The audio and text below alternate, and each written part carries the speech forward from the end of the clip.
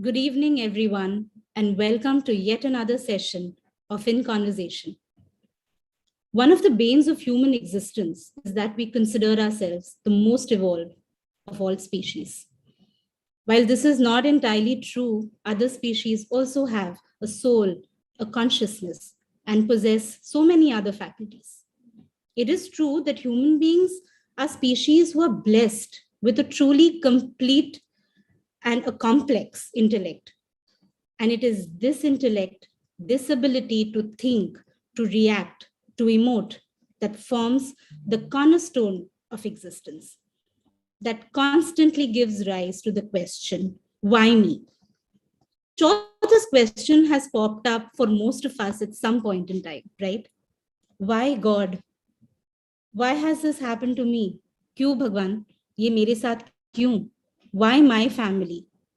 Why me? While why me as a question comes across as a complicated one, but in actuality, it's quite simple. And it's one that has immense potential to initiate a discussion. Interestingly, Hingori Sutras have been conducting sessions week after week on spiritual philosophies and concepts that silently answers this question, why me? And we couldn't have had anyone better to help us decode this question. She is someone who has been on the other side of the table, who has been consistently questioning, conceptualizing, and simplifying spiritual concepts for us for almost 75 weeks. That's a long time. The voice and host of our Sunday live sessions, I'd like to welcome Anjali ji from Team Hingori Sutras. Anjali ji, आपका बहुत बहुत स्वागत है. Thank you, Preeti. Thank you so much. And yes, dear audience, आपका बहुत बहुत स्वागत है. Today, we've been thinking about this, and actually it was Preeti who brought this topic up, and she has been, we've been having a lot of discussions, and she has been constantly asking me questions of why. Why do we feel a particular way? Why do we go through particular emotion? So we decided to do this session today on why me. It is almost like a synopsis of all that we've done, like how Preeti just spoke. And also at the same time, what we're going to do today is we're going to attempt to give you a preview into what we're going to do at Hingori Sutras in the coming months. So to start off with the question, why me? Yes, Anjali, why me? Can I ask why me? Absolutely. Preeti, and this is for you. To answer this question, we need to go on a roller coaster ride, navigating through a maze, if you know what I mean. It's almost like attempting to detangle an entangled ball of wool. Many times in life, we've asked ourselves this question, right? Yeah. But most of the times it has been on the outside or externally. Yeah. The question, why me? You've never really asked that question internally or from within. So, like how Ashtavakra in Ashtavakra Gita says, in the boundless ocean of consciousness, waves of phenomenal worlds appear and disappear. Eternal consciousness, which is the cause of all perspectives, is unaffected by the rise and fall of universe at the end of its allotted time, by Ashtavakra. Ladies and gentlemen, be with us on this little ride on figuring out the answer, or probably changing the question, why me? So now, before we really start on this question, we need to look back at, I think the PowerPoint is just not working. Just give me a minute, please.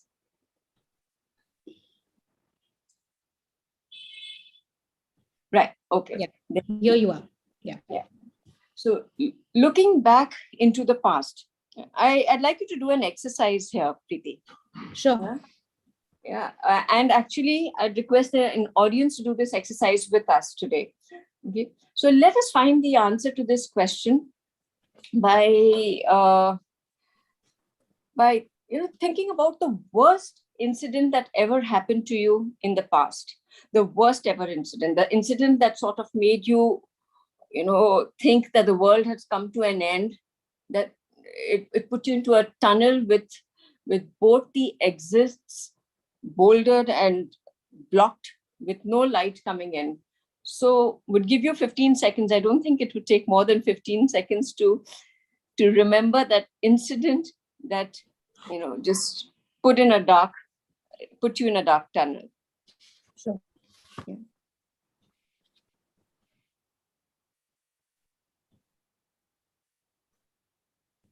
Okay. So if you've got, if you've put it down, please put in a thumbs up in the comment section. Yes. The audience can put it in the comment section.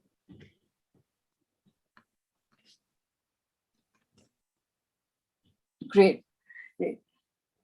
Now that you have that the incident in your mind, write down 3 words that describe how you felt at that time. I mean, you may not write it down if you don't have a pen and paper ready with you, but probably you could just think about those 3 words of how you felt at that particular time. Okay. So it should be a word each, right? Just one. Okay. Okay. Can you join in and tell me? Yes. What are the words that? I think going back to an incident that was not really favorable, I won't say it was traumatic, but yes, it caused fear. So I would say fear, anger and resentment. Okay. And insecurity. Request the audience to put in those words in the comment session as well. Yeah, I think there are people, there are people who are writing in. Right. So some people say never such a drastic incident has happened, but yeah, there are people who are writing helpless, anxious. Okay. So this is how you felt at that point of time, right? Fear, helpless, anxious, didn't know where things would go. You thought the world had come to an end. Today, after a long amount of time that's passed off, how do you feel about that incident today?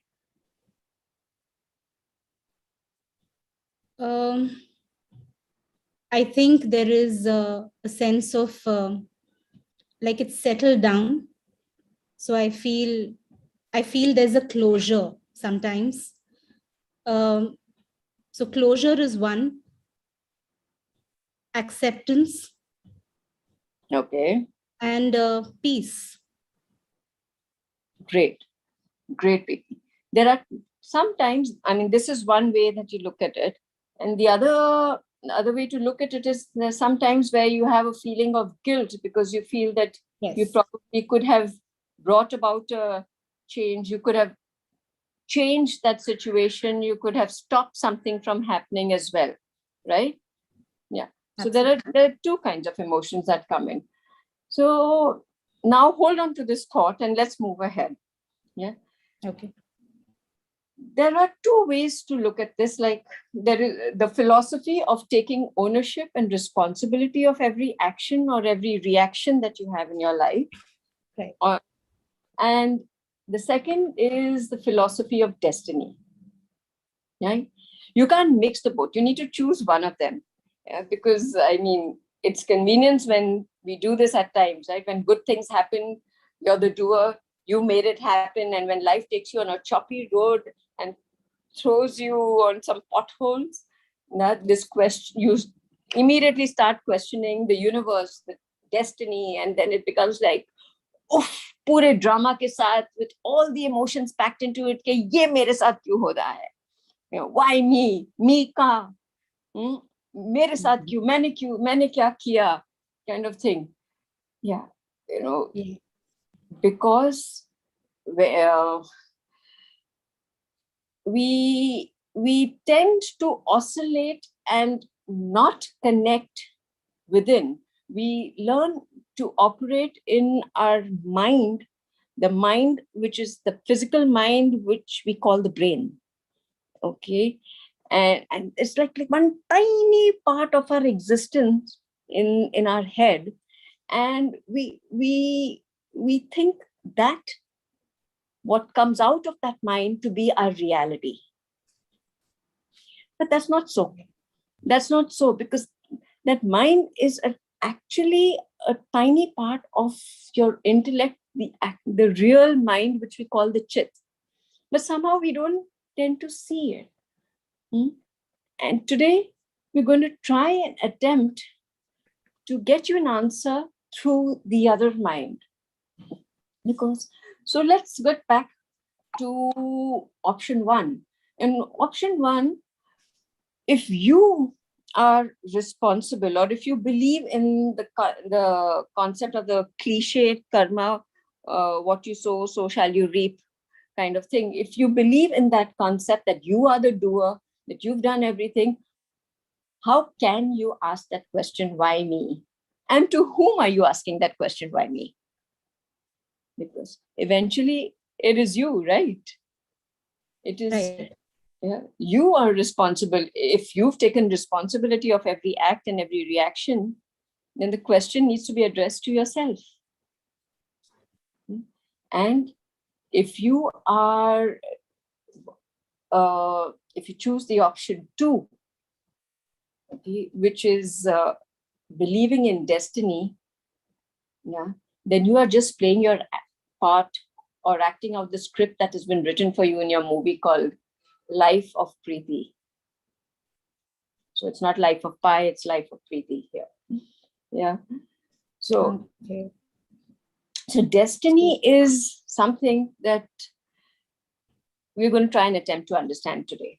Yeah. So what is destiny? You're trying to say that everything is destiny. I mean, is that, do I conclude by saying this is destiny? I mean, well, I think I would like to take that route, because in our book, Atma Sutra by Hingori does explain this very simply. It makes it easier to transcend the mind, you know, with some of the tools, if you believe in destiny.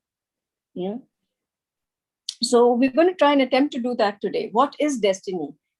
Because destiny determines who we are and what we become. But how does this destiny get formed? The destiny is the result of our karmas waiting to be fructified. Karmas, what are your karmas? Karmas are the fruits of stored samskars in your long-term memory of the emotions. Then you're going to ask me, what are samskars? Yeah. Yes. Samskars are those impressions that are created, on your sukshma shari, or your spirit or your soul within, due to all the emotions that you've been attaching and all the why me that you've been shouting out at the universe. Yeah. And the turmoil, the pain, the anger that you've been going through. So all those emotions get imprinted onto your samskars, which then get collected into your karma share, which is the pot or the hard disk of your Atma, which travels with you when you go up again. And when you go up again, when you take this pot with you, this is where your destiny for your next life gets formed. So this is the hard disk, which has a record of all that you have taken ownership of. I mean, to put it very simply for you. So what does it do? It does is it is our destiny is nothing but fructified karmas that are combined over a period of years or many lifetimes, and manifested in this particular life. And this only happens when you attach emotions to your actions and take ownership of it. And you must understand that, when you react emotionally to a situation, those situations is not that what really ever would change, because they're not meant to change. They're meant to teach you certain lessons. Yeah. But what does change and what does happen is the way you look at it. Yeah? It is the purpose of our lives to empty this pot and not to fill it in and take the weight back with us.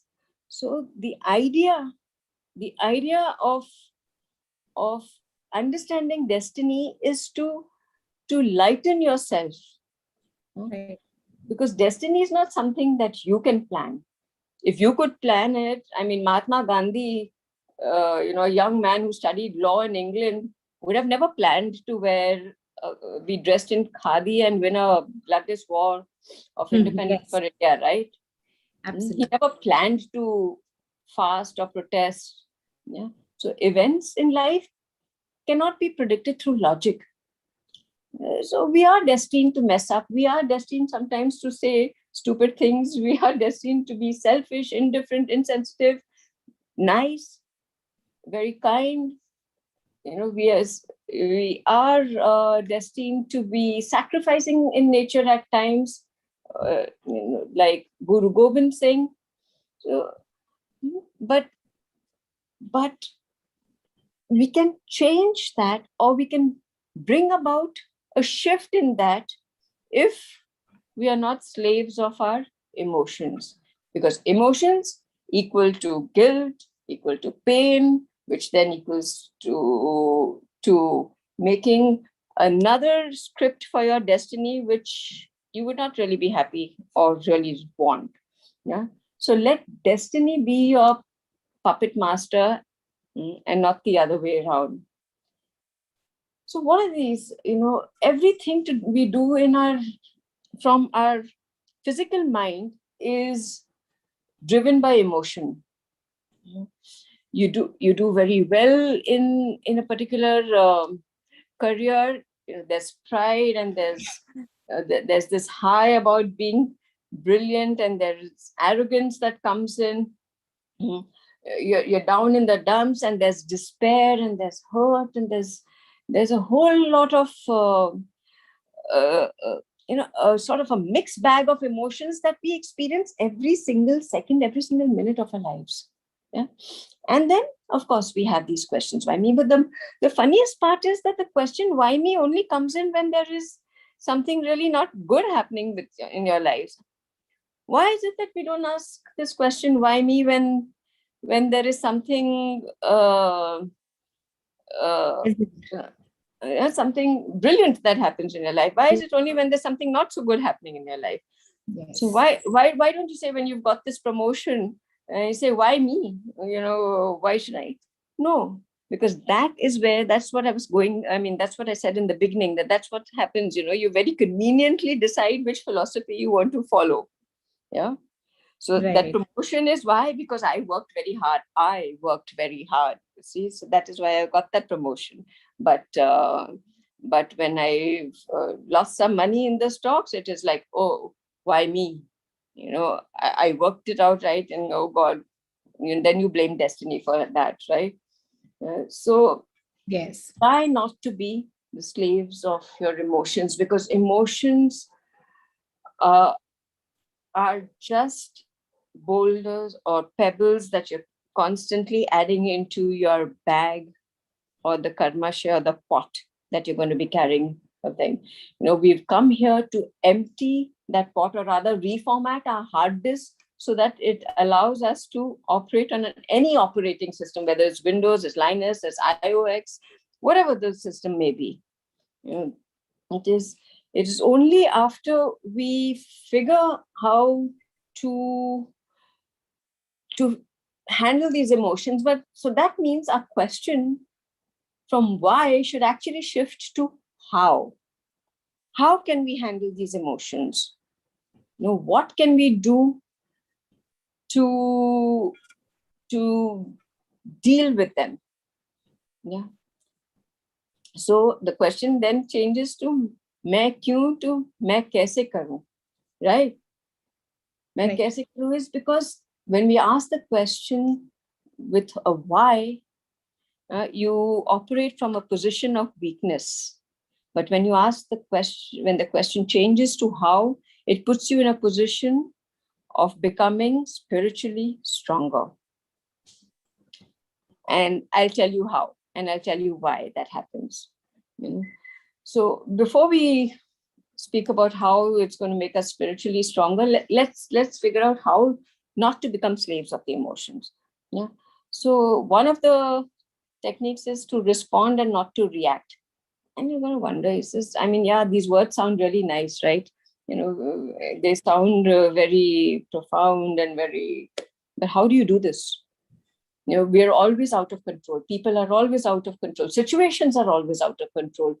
When we try to control them, it just so happens, it's our second nature, we do react. But if we practice acceptance, we might just learn how to respond.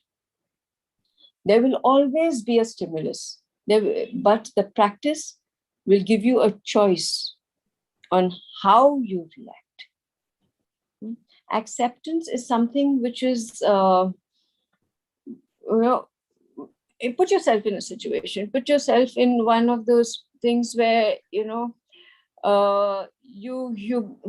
you're going through that trouble at that moment, or your car is just broken down. I mean, you could get out and rant and hit the car and scream and shout and and waste all that amount of energy that you have into reacting, as compared to if you just sat down and you thought over and you said, okay, it's broken down now, the car, okay, I need to get something done. So it would be easier for you to then look at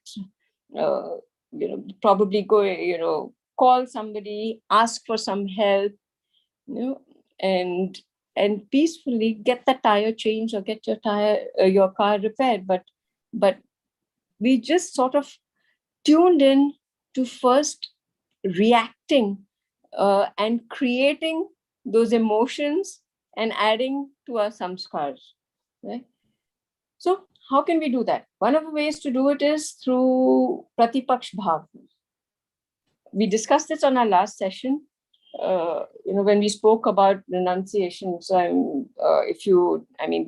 these sessions, I know we have created a lot of sessions here, and some of them are nice, some have turned out to be boring, but there's a purpose, dear audience. There's been a purpose to create this, and this is to help you evolve.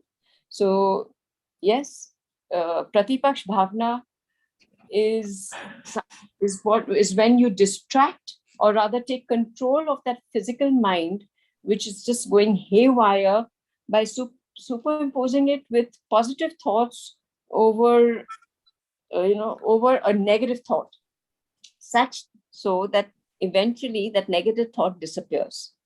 Yeah. So another way to not become slaves of emotion is empathy.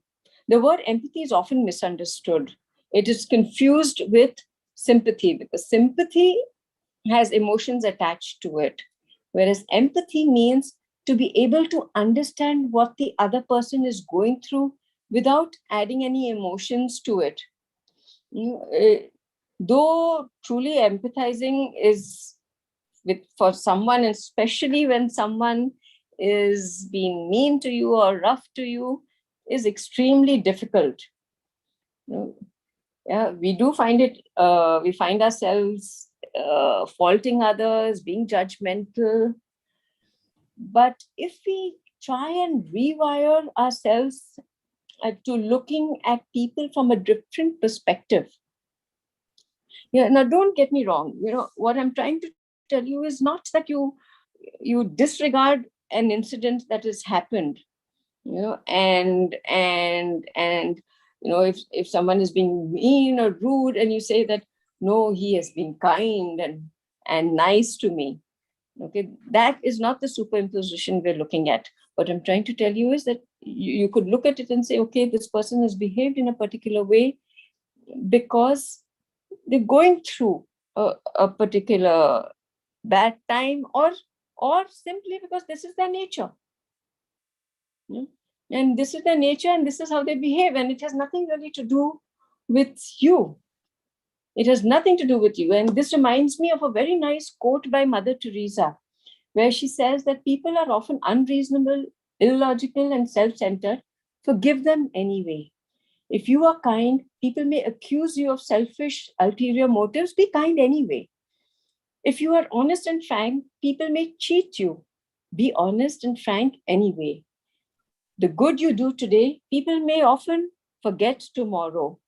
Do good anyway, because in the final analysis, it is between you and your consciousness. It was never between you and them anyway. What a lesson in empathy. But in this lesson in empathy, you also learn acceptance. Yeah. Learn to be the acceptable me. How can we do this? You know, we do get frustrated, right? We do get, when things don't go as per our plan. Why does it happen?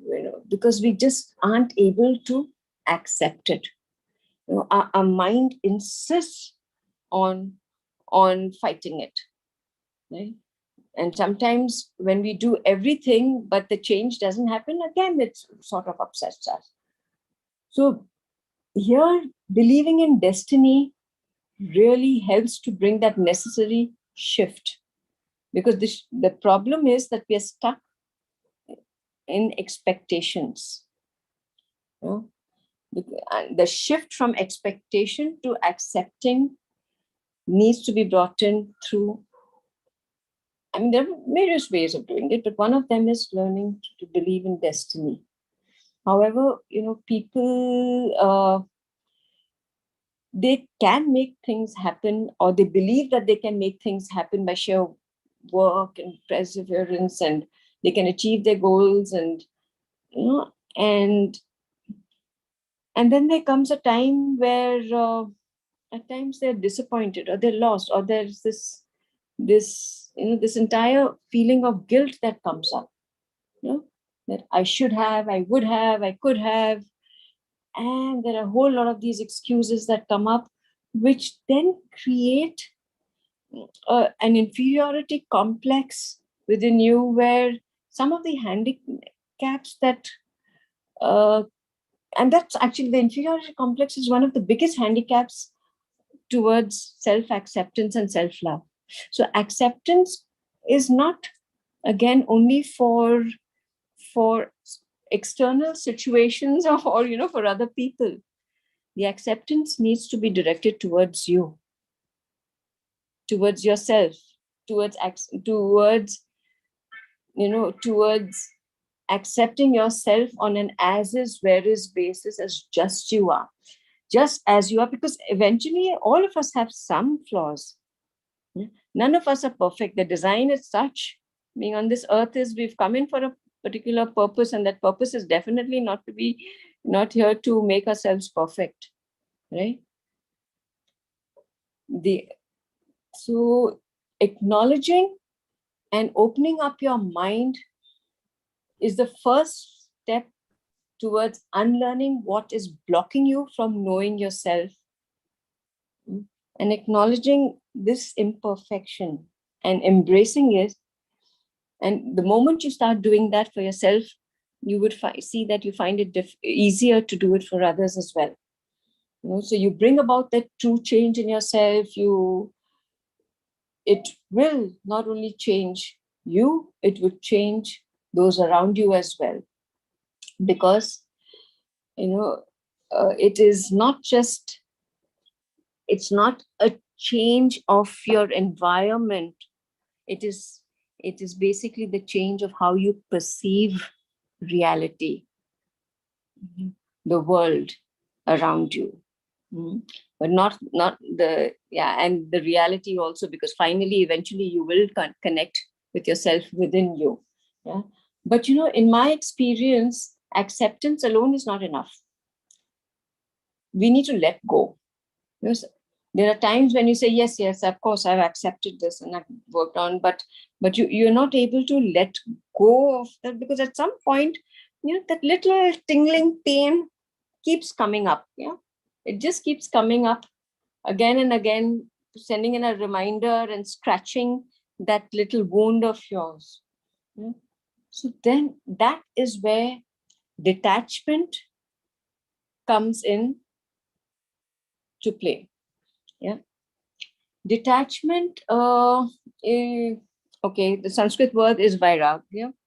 Yeah, it is the knowledge that sorrow, physical and psychological pain and suffering can come to an end without seeking to alter the physical reality, without changing the situation one is facing. Because actually, truly nothing alters except the understanding of it, which goes through a tremendous transformation. The practice of detachment leads to the balancing of emotions as well. It is critical for overcoming duality. Attachment, on the other hand, puts you in a loop of pleasure and pain. So you will sort of engage yourself not only in your own misery, but in also on those who are attached to you.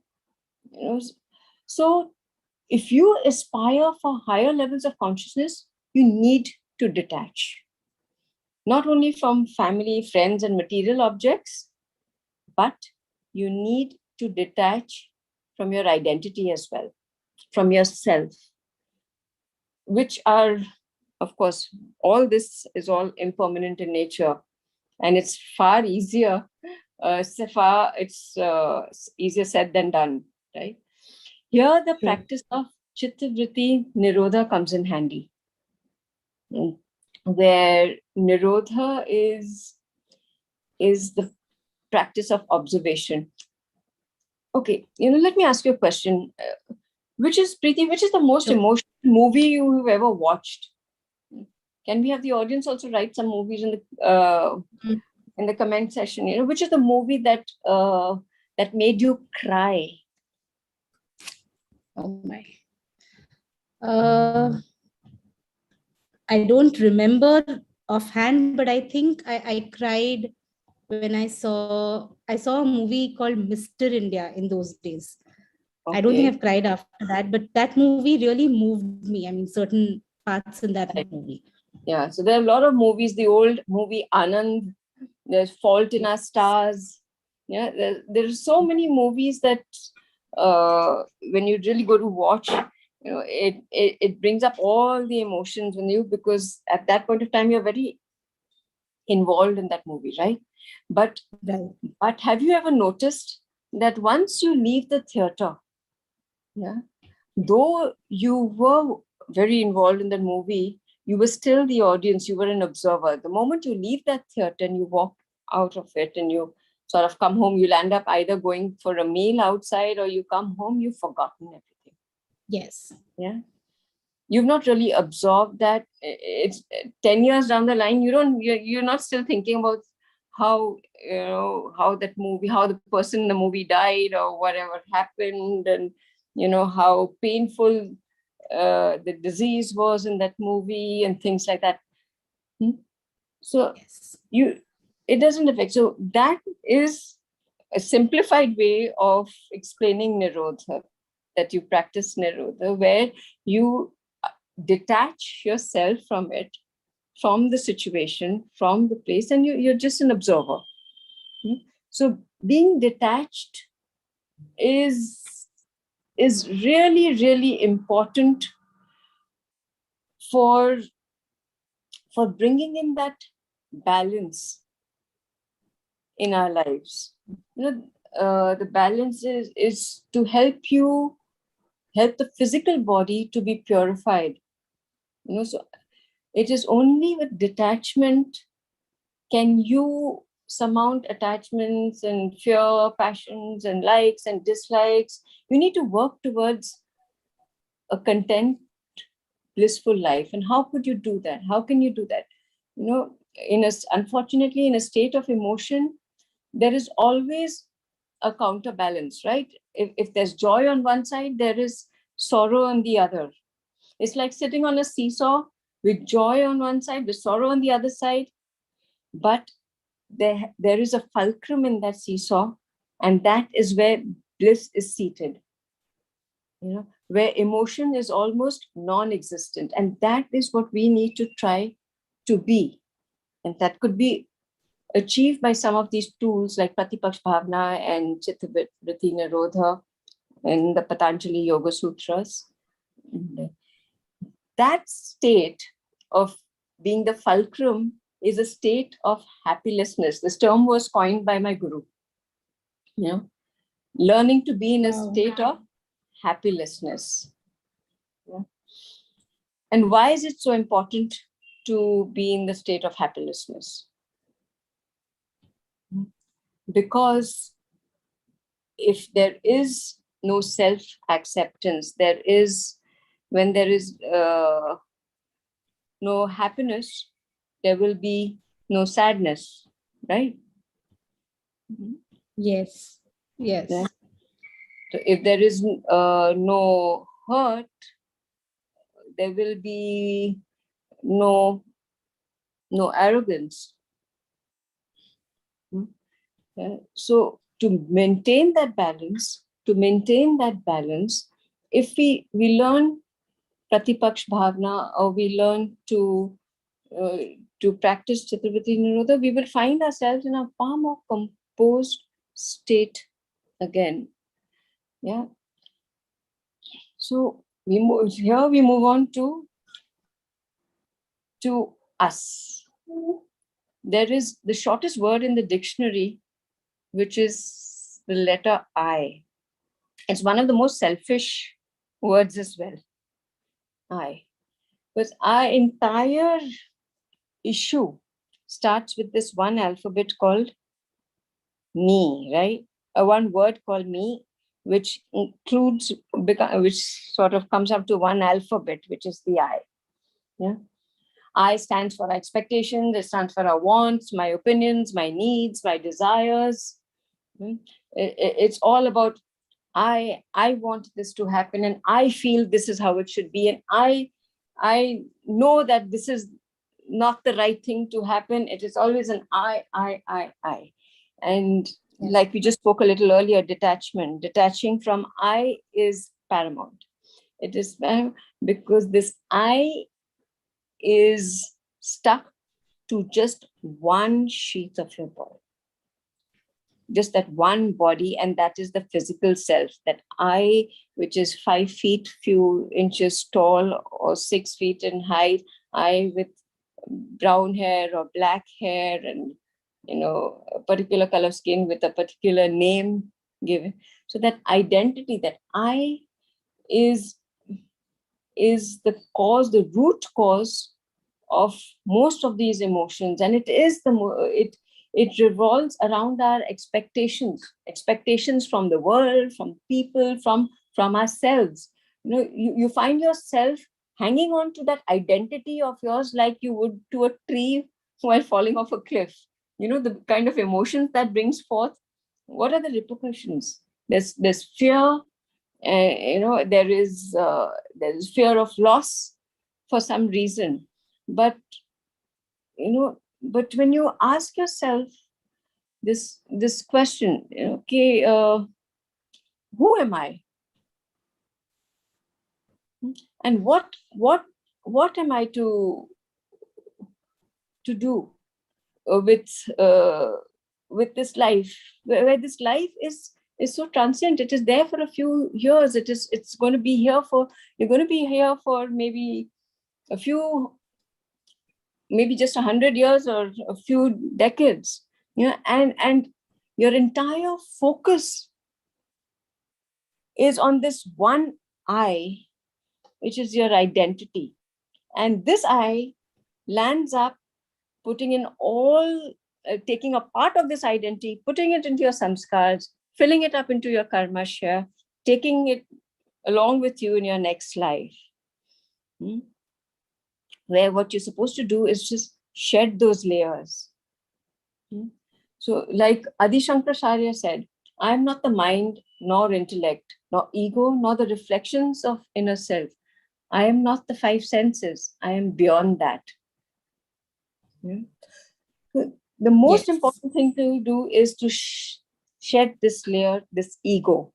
This false identification of ourselves. But you're going to look at me and say, but what? What is in it for me? I mean, why should I do that? There's everything in it for you. There's practically everything in it for you. Because it is not only this life, but it is only in this realm that you have the opportunity to transform, from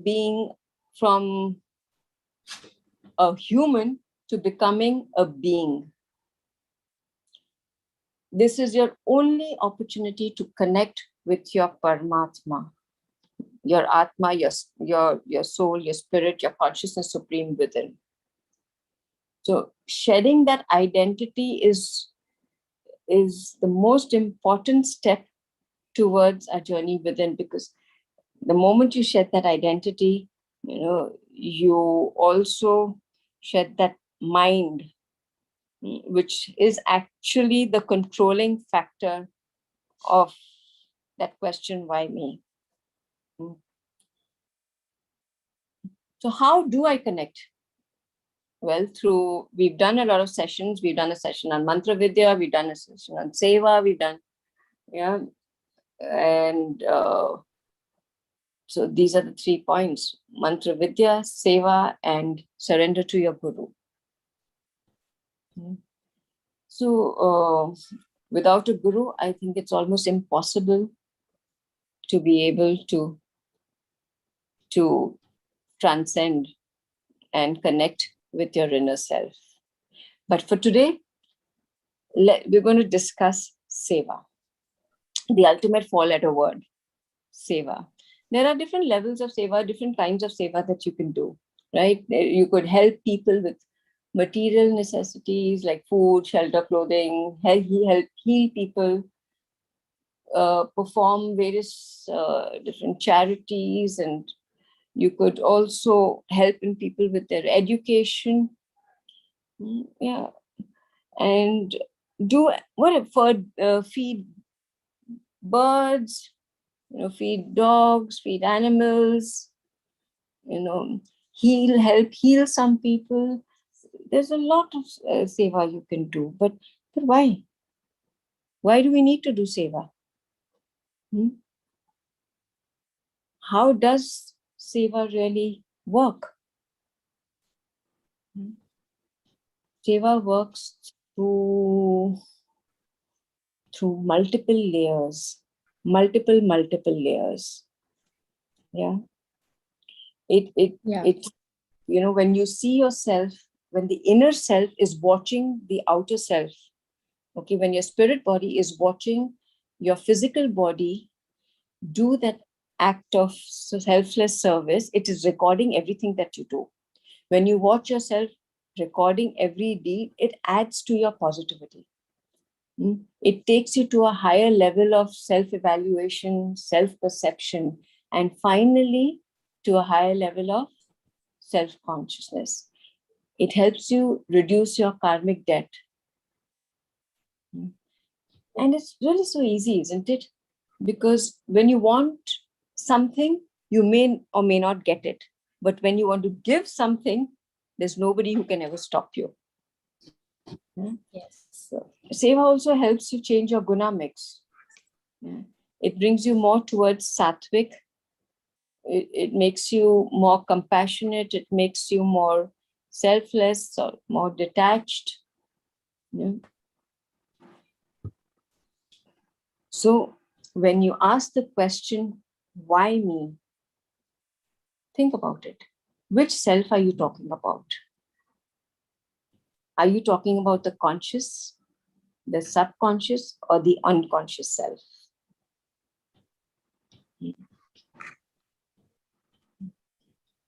Because, yes, Preeti? I think that's quite profound. I mean, you're saying really we have multiple selves. It's something to think about. Yes. Do you know you've got multiple bodies within you at this moment while you're living? Yeah. So you have your physical body, you have your spirit body, you have your causal body. Yeah.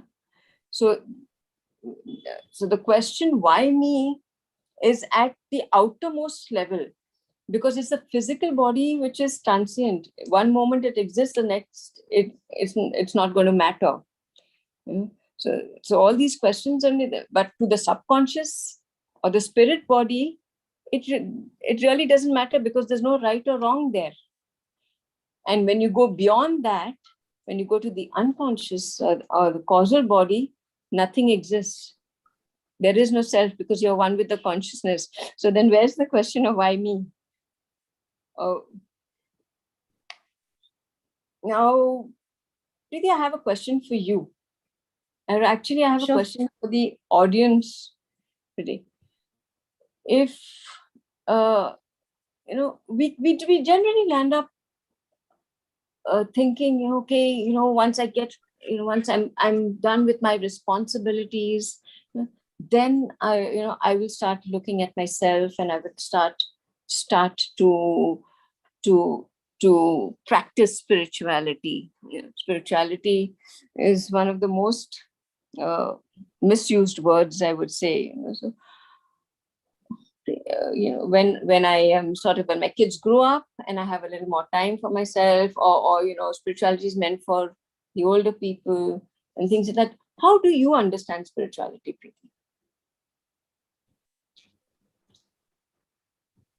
Okay. So this is unprepared. I think spirituality for me really, I think today I can say it's a habit. It's a second nature. I don't think I'm spiritual, but I think when I'm able to correlate with a few things, I think I'm sort of getting it. I'm getting there, and I'm able to conceptualize. I'm not saying that's being spiritual, but something connects. You've hit the nail on the head.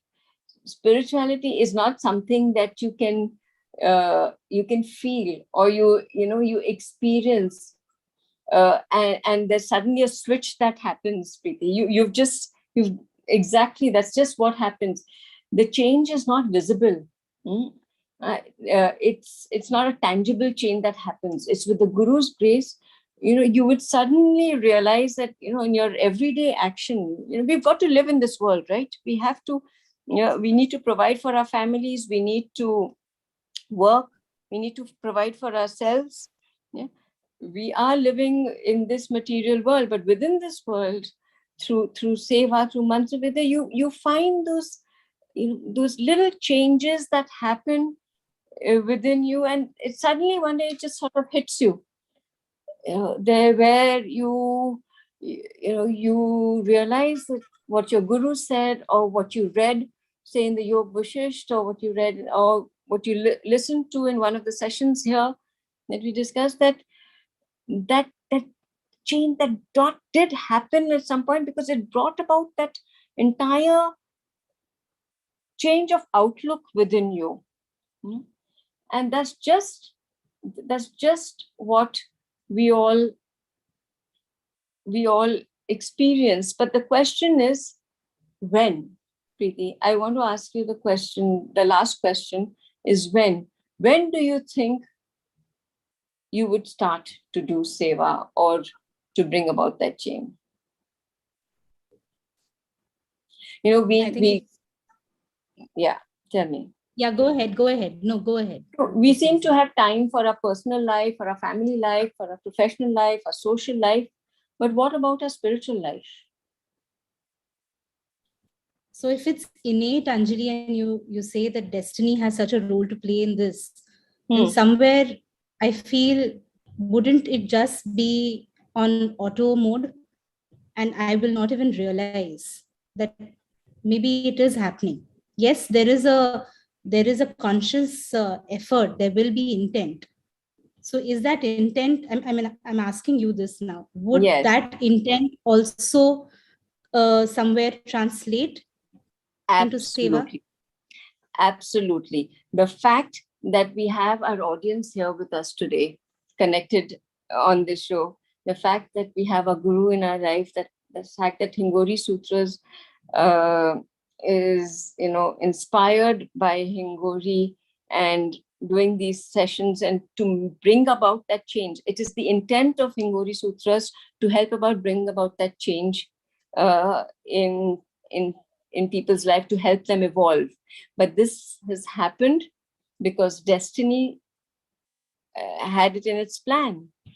And that destiny and the fact that everybody's on this show today, watching and listening to us, is also a plan of destiny. Yes, I quite agree with you. But there is this little bit of thing where, of course, there is a bit of a purusharth that comes into play. Destiny's held your hand and brought you here. But to put it into practice is something that we need to do. We need to take that little step. Your hand has been held, but we need to take that little step. And the time to start is now. So now for the final takeaway. Well, I don't think we have a takeaway, Preeti. Not today. No, but for our audiences, Anjali, just to give a benefit of doubt to those who are new to spirituality, if you have to simplify it, because there is so much of philosophy and there is so much literature around, what are the 3 takeaways you would recommend for someone who's someone like me who's starting out? What would you have to say?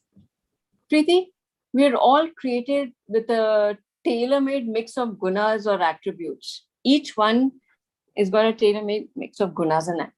The point out here is that we've discussed so many concepts over the last 75 weeks. Yeah, and there's so many philosophies from all our ancient texts.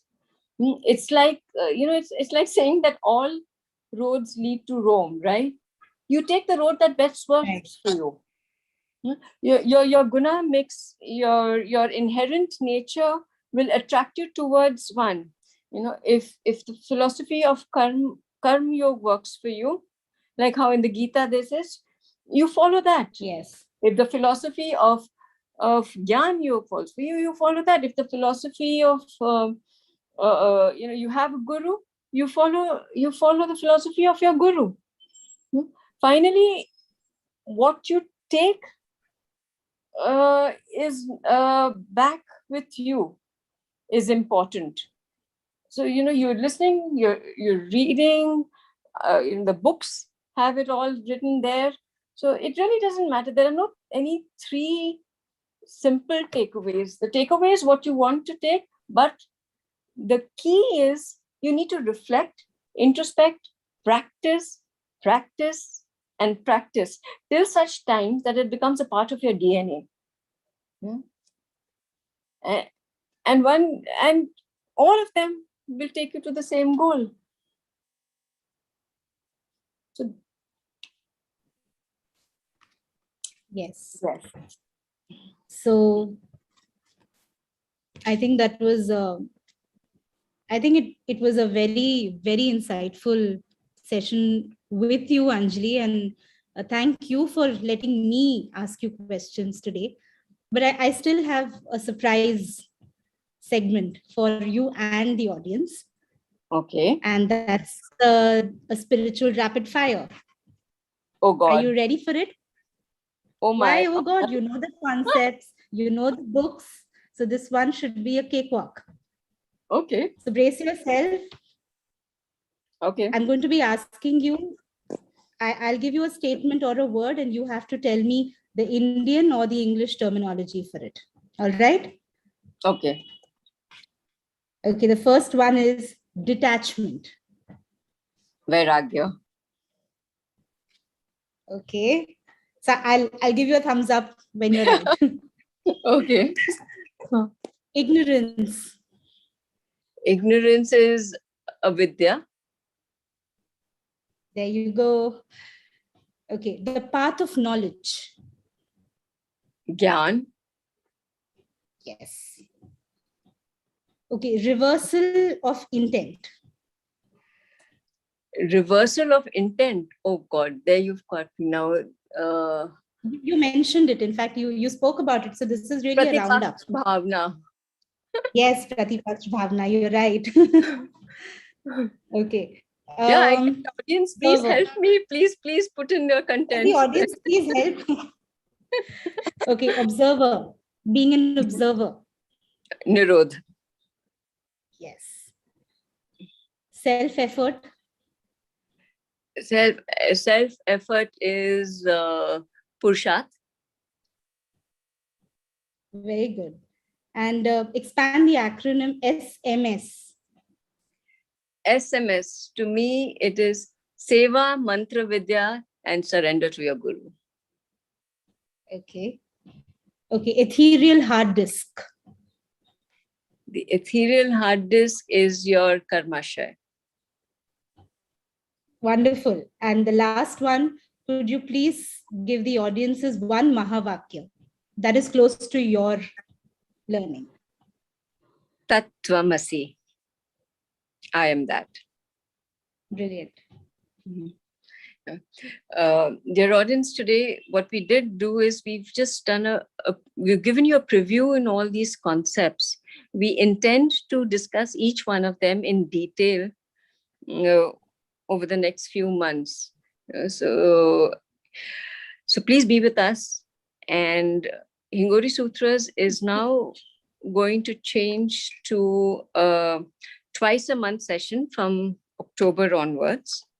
Yeah, and so that we can create better content for you, more detailed content, and a lot more interactive as well. Yeah. So Anjali, here, you can't go so soon. We have a few questions that you will need to answer. So I'll just read them out. Yeah, so the audience has typed in a few questions. The first question is, how does the fructification or the fruition of karmas happen? Does it always take one lifetime of one's karmas to be fructified? No, that's not really necessary. That's not necessary. It's like, you need to understand the entire journey of the life.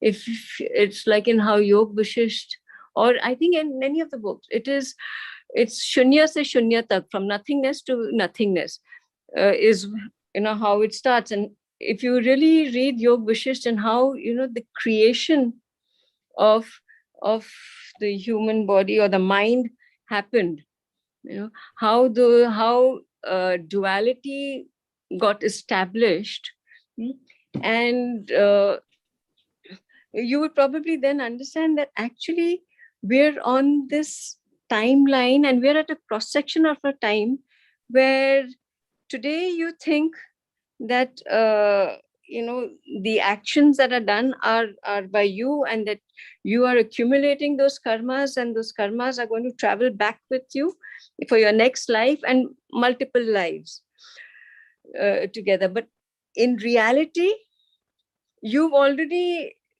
reached the end point. You've already gone from nothingness to nothingness. It's just that you don't know that it's happened because you've lost that connect with your consciousness supreme. Yeah. So you've already crossed that, and what you need to do is actually learn the art of non-doership. You need to surrender every single act of yours. You need to surrender every single thought of yours, every single emotion of yours, everything single, or not every single, the identity of yours. Because the fructification can happen at any point. If you believe in that you are the doer, it may happen. Some of it may happen in this life, some would be carried forward in the last, and there probably are a few that you're going through which are carrying forward from some lot of previous lives of yours. Yeah, but if we are all a part of that consciousness supreme, and if you truly start to realize that, and worship yourself through that, without the outer cover of yours, and worship your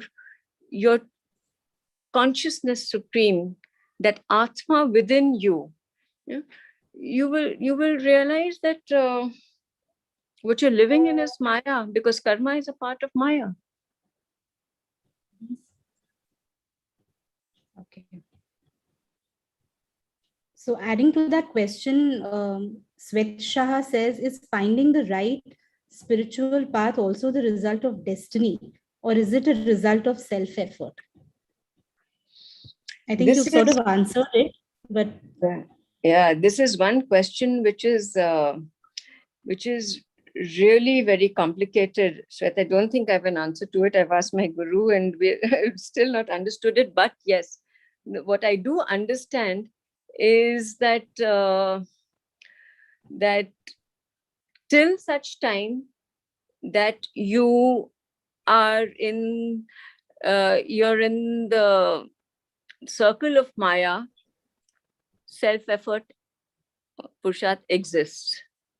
The day you've broken out of that, then it really doesn't matter, right? Then at that point of time, I think even destiny doesn't matter.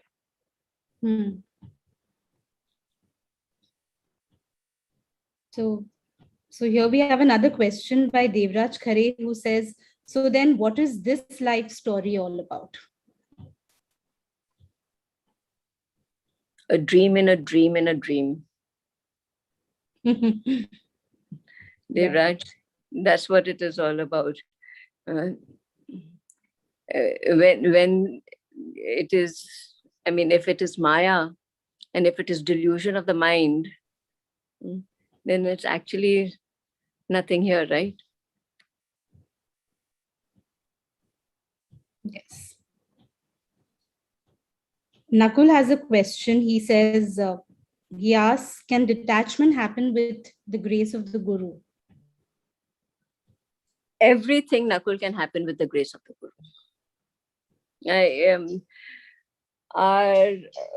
And I think there is nothing that this physical mind can think of that cannot happen without, that cannot happen. Every single thing can happen with the grace of the Guru. In fact, there came a time, and this is a personal story, where I found myself, and I was really scared. And I went up to my Guru and I found myself not interested in being in his company anymore. As in, I wouldn't run. Earlier, I would run to find a place to sit, to hear him, to listen, to be able to see him. And now it was okay if I didn't get space to sit while he was around. And I was okay not interacting with him on a regular basis. And in fact, I would want to hide, and I didn't want any attention coming in.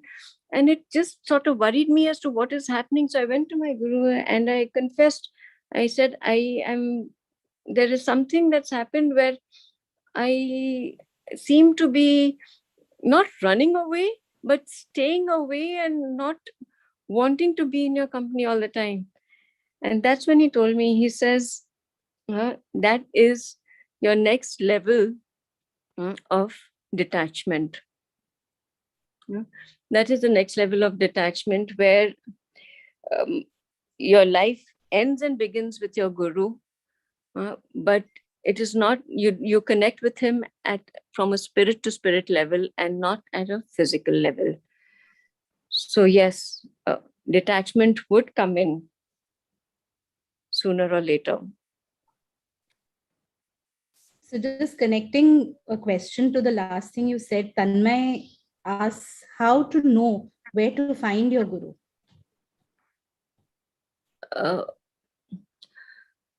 Tanmay, in a book, Guru Sutra, if you read that book, it probably would help you direct you towards that answer. Basically, we have a lot of people who've come to the sthan by keeping fast on Thursdays, because looking for a guru. But the right way to do is to wish for a guru, to look for a Siddha Guru, a guru whose sole purpose or intent in life is your evolution, who takes nothing in return, who is not attached to fame, to any material gains or anything of that sort. But yes, please do read the Guru Sutra. It would really help you. Okay, and Pooja Seth writes, how do we see divinity in everyone? How do we see divinity in everyone? We start with seeing divinity within ourselves first. Because unless you don't see yourself in that light, you're not going to be able to see anybody else, right? Because if you're going to find flaws in yourself, how can we do that? So the moment you start seeing, looking for divinity, and you do the self-worship within. But when I say that in yourself, I do not mean this physical self of puja. I mean to that spirit within. Yeah. So the moment you look at that, then you don't even need to make an effort at self-acceptance or at any of the other practices of Chittavritti. You automatically reach that point where you see a oneness with all around you. And when I say oneness with all, means with all living beings, being it any animal, an ant, a cat, or yourself, or other human beings.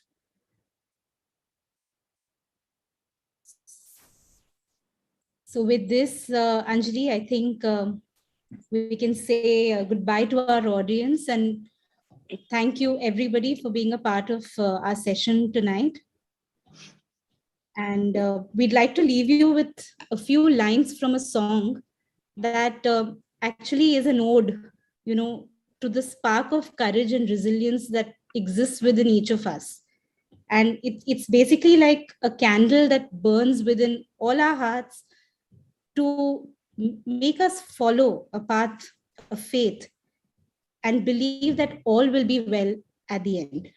And this courage is something that you will have the ability to basically overcome every obstacle that comes your way. And we hope that you're able to really do this in your current situation or in your current role. And good night and stay safe. And we leave you with these lines. Thank you so much. Thank you.